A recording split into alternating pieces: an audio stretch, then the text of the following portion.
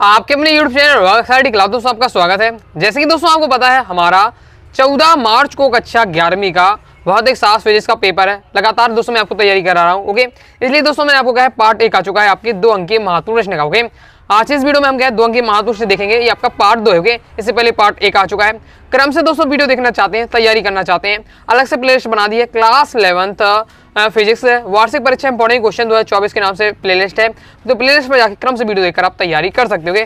तो 2 अंक की महत्वपूर्ण प्रश्नों की क्या है उत्तर के साथ महामैराथन होने वाली। सो वीडियो ध्यान से अंत तक देखिएगा तो आपकी कुछ और घंटों की मेहनत आपकी क्या है प्रतिशत बढ़ा सकती होगी। मतलब आप क्या है जितना घंटा भी पढ़ रहे हो उससे ज्यादा और प्रयास करिए। जितना ज्यादा मेहनत करेंगे उतनी ज्यादा आपकी क्या है परसेंट बनेगी आपकी क्लास 11th में। ओके दोस्तों, तो पहला हमारा क्वेश्चन है यांत्रिक ऊर्जा संरक्षण का नियम लिखिए। ओके, यांत्रिक ऊर्जा संरक्षण का नियम पूछा जा रहा है। तो इस नियम के अनुसार यदि निकाय में स्थायी परिवर्तन नहीं होता है तो टक्कर, घर्षण आदि ऊर्जा क्षय नहीं होती है, तो निकाय की कुल यांत्रिक ऊर्जा सदैव क्या है नियत रहती है। यदि निकाय में क्या है स्थायी परिवर्तन नहीं होता है और टक्कर और घर्षण आदि से ऊर्जा क्षय नहीं होता है तो आपकी जो कुल यांत्रिक ऊर्जा है वो आपकी है सदैव नियत रहेगी। ये आपको कहलाता है यांत्रिक ऊर्जा संरक्षण का नियम।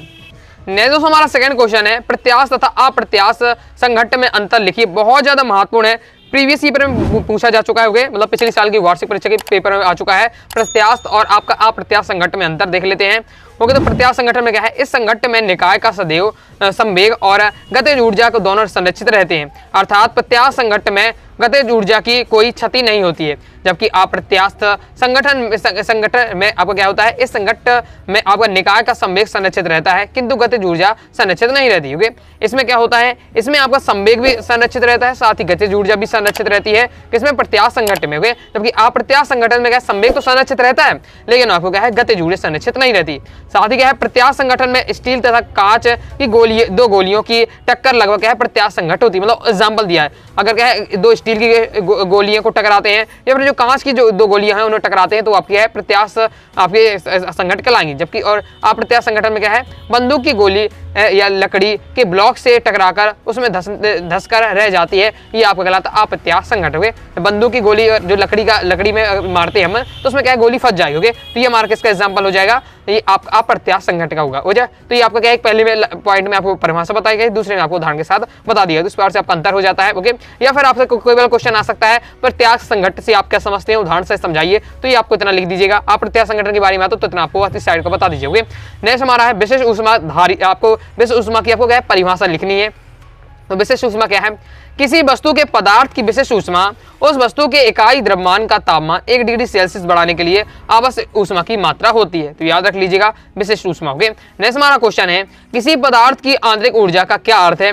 तो किसी निकाय द्वारा कार्य करने की स्वयं की क्षमता को उसकी आंतरिक ऊर्जा कहते हैं तथा यह आंतरिक स्थितिक ऊर्जा एवं आंतरिक गतिज ऊर्जा के योग के बराबर होती है।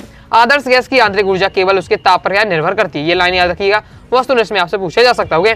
नेक्स्ट हमारा क्वेश्चन है स्वतंत्र कोटि को परिभाषित कीजिए। ओके, तो किसी निकाय की स्थिति तथा गति को व्यक्त करने के लिए आवश्यक परस्पर स्वतंत्र निर्देशकों की संख्या को उस निकाय की है स्वतंत्रांत कोटि कहते हैं। इस प्रकार से आपका दिया हुआ है। आगे देख लेते हैं। नेक्स्ट हमारा ऊर्जा के समविभाजन नियम को समझाइए।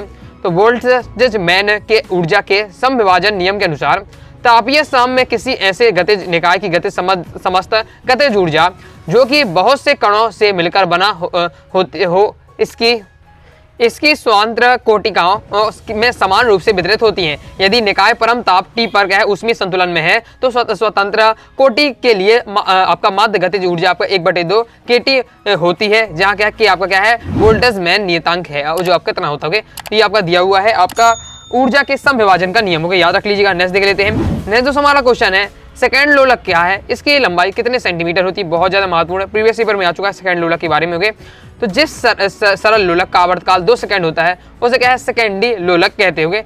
याद रखिएगा, जिस सरल लोलक का आवर्तकाल 2 सेकंड उसे क्या है सेकेंडी लोलक कहते हैं। समीकरण आपका ये दिया हुआ है, जहाँ टी बराबर आप 2 रखेंगे 2 सेकंड रखते हैं तब सेकंड लोलक की लंबाई आपको लंबाई पूछी है इसकी लंबाई कितनी होती है। इसमें हमें क्या है आपका टी बराबर 2 रखना है, 2 सेकंड हमें रखना है। ओके, जब इसके आपका ये दिया हुआ है इस प्रकार आपका यह जी का मान आपका ये होता है, आर का हमें पता ही है मान 3.14 आपको रख देना है। समीकरण ये आपका होता है, समीकरण 1 में इसका मान रखेंगे तो आपका आ जाएगा आपका 99.4 सेंटीमीटर। ओके, तो इस प्रकार सेकंड लोलक की लंबाई कितनी होती है 99.4 सेंटीमीटर होती है। याद भी रखिएगा, वस्तुनिष्ठ में आपसे पूछा जा सकता है। ओके, आगे नेक्स्ट क्वेश्चन देख लेते हैं। नेक्स्ट हमारा क्वेश्चन है ध्वनि तरंगों के व्यतिकरण से क्या तात्पर्य है। तो जब लगभग समान आयाम तथा समान आवृत्ति की दो ध्वनि तरंगे माध्यम के एक ही बिंदु, एक ही दिशा में तथा एक ही रेखा में चलती हैं, तो उनके अध्यारोपण से माध्यम के भिन्न भिन्न बिंदुओं पर परिणामी आयाम भिन्न भिन्न होता है। इस घटना को क्या है, ध्वनि का व्यतिकरण कहते हो। ये इसी टाइप की परिभाषा आपकी है तरंगों के व्यतिकरण की। तरंगों का व्यतिकरण भी तैयार कर लीजिएगा, ध्वनि के व्यतिकरण को भी आपको तैयार कर लीजिएगा। ओके, आगे नेक्स्ट हमारा विमीय समीकरण के दो उपयोग बहुत ज्यादा महत्वपूर्ण। ओके, हमेशा ही आपका क्या है वार्षिक परीक्षा में पूछा जाता है। ओके, याद रखिएगा विमीय समीकरण के दो उपयोग। ओके, देख लेते हैं। विमीय संतुलन द्वारा किसी समीकरण की सत्यता की जांच करने में, दूसरा है भौतिक राशियों की पारस्परिक संबंध ज्ञात करने में। बहुत ज्यादा इंपॉर्टेंट है, अच्छे से याद रख लीजिएगा क्योंकि अक्सर आता है। ओके, नेक्स्ट आपका विस्थापन दूरी में अंतर, ये भी हमेशा पूछा जाता है। ओके, तो विस्थापन दूरी में क्या अंतर है देख लेते हैं। तो विस्थापन में है किसी वस्तु की प्रारंभिक तथा अंतिम स्थितियों के बीच न्यूनतम चली गई दूरी को क्या है विस्थापन कहते हैं। जबकि दूरी क्या है, किसी वस्तु द्वारा तय की गई संपूर्ण मार्ग की लंबाई को क्या हम दूरी कहते हैं। ओके, नेक्स्ट हमारा विस्थापन एक क्या है सदिश राशि होती है, जबकि दूरी आपकी क्या है एक अदिश राशि होती है। तो इस प्रकार से हो जाता है आपका विस्थापन और दूरी में अंतर। याद कर लीजिएगा। आगे देख लेते हैं। आगे बढ़ने से पहले दोस्तों बता दूं, अभी तक दोस्तों अपने क्लास 11 के फिजिक्स के कोर्स को ज्वाइन कर सकते हैं। इस कोर्स में दोस्तों आपके 2 अंक, 3 अंक, 4 अंक आपको महत्वपूर्ण प्रश्न मिल जाएंगे उत्तर के साथ साथ ही वस्तुनिष्ठ आपको कवर हो जाएंगे। तो कंप्लीट आप तैयारी कर पाएंगे। तो कोर्स ज्वाइन करने के लिए 90 39 53 44 79 दिए व्हाट्सएप नंबर मैसेज करना है। फीस 199 रुपये, 50% ऑफ चल रहा है। केवल 99 रुपये में कंप्लीट आपको क्या है फिजिक्स का कोर्स दिया जा रहा है। तो कम समय में आप क्या है ले सकते, तैयारी के लिए ले सकते हो। पीडीएफ के रूप में रहेगा तो आसानी से आप तैयारी कर पाएंगे। नेक्स्ट हमारा क्वेश्चन है विमीय विश्लेषण की दो सीमाएं लिखिए। तो विमीय विश्लेषण की दो सीमाएं ये बहुत ज्यादा महत्वपूर्ण। विमीय विश्लेषण के उपयोग और विमीय विश्लेषण की आपकी सीमाएं। ओके, तो ये अक्सर इन दोनों में से क्वेश्चन आता है, अच्छे से याद रखिएगा। तो विमीय विश्लेषण की सीमाएं आपकी क्या है कि इस विधि से बीमाहीन राशि का मान ज्ञात नहीं किया जा सकता। दूसरा है इस विधि से त्रिकोणमितीय, लघुगणकीय आदि पदों वाले समीकरण को ज्ञात नहीं किया जा सकता। ये होती है आपके विमीय विश्लेषण की सीमाएं। ओके, आगे देख लेते हैं। नेक्स्ट हमारा क्वेश्चन, इस प्रकार से भी क्वेश्चन पूछ लिया जाता है जिसमें हमें ए का मान दिया हुआ है। ओके, यहाँ पर वेक्टर होंगे सब। ओके, यहाँ आपको वेक्टर होंगे, ये आपके वेक्टर होंगे इसमें। ओके, देख लेते हैं। तो इस प्रकार से ये भी आपका आई वेक्टर है आपका। ओके, के वेक्टर हो जाए इस प्रकार से। तो ये हमारा दिया है क्वेश्चन। तो हमें अब क्या ए का मान दिया, बी का मान दिया है, ए इंटू बी निकालना है और ये इंटू बी है। ओके, ये आपका डॉट वाला है और ये आपका क्रॉस वाला मल्टीप्लाई करना है। मान निकालिए किस प्रकार से निकालना, ए और बी का मान दिया हुआ है। ओके दोस्त, अब इसमें किस प्रकार से होता है, डायरेक्ट इसमें मल्टीप्लाई हो जाता है। तो आपका आंसर आ जाएगा 7। ओके, जब आपका क्या है ए डॉट बी निकालेंगे और फिर अब जब क्या निकालेंगे, अब ए इंटू बी निकालेंगे। ओके, क्रॉस वाला, तो फिर आपको सारणी के रूप में इस प्रकार से करना पड़ता है। फॉर्मूला होता है जो कि आपके इस प्रकार से आपको करना पड़ता है। और उसमें मान रखेंगे आप तो ये आपका आंसर आ जाएगा। अगर आपने प्रैक्टिस की तो आपसे तुरंत ही बन जाएगा।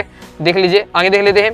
दोस्तों टेलीग्राम चैनल को ज्वाइन जरूर कर लीजिएगा। ज्वाइन करने के लिए दोस्तों डिस्क्रिप्शन में मैंने टेलीग्राम चैनल की लिंक दे दी है, क्लिक करके आप ज्वाइन हो जाइएगा। या फिर दोस्तों आप क्या है टेलीग्राम ऐप पर जाइएगा और सर्च करिएगा अनुराग स्टडी क्लासेस। सबसे पहले आपको अपना चैनल मिल जाएगा। 90,000 से ज्यादा स्टूडेंट जुड़े हुए हैं, यहाँ जरूर ज्वाइन हो जाएगा। फायदा ये रहेगा कि आपको वीडियो नोटिफिकेशन तुरंत ही मिल जाएगी। इंपॉर्टेंट दोस्तों आपको क्या है पीडीएफ वगैरह आपको तुरंत ही यहाँ मिल जाती है, साथ ही इंपॉर्टेंट इन्फॉर्मेशन। ओके, तो ज्वाइन करके जरूर कीजिएगा। नहीं दोस्तों हमारा क्वेश्चन है संरक्षी बल और असंरक्षी बल में अंतर लिखना है। ओके, ये भी बहुत ज्यादा महत्वपूर्ण है। प्रीवियस पेपर में आ चुका, पिछले साल के पेपर में आता है। ओके, संरक्षी बल और असंरक्षी बल में अंतर बहुत ज्यादा महत्वपूर्ण, याद कर लीजिएगा।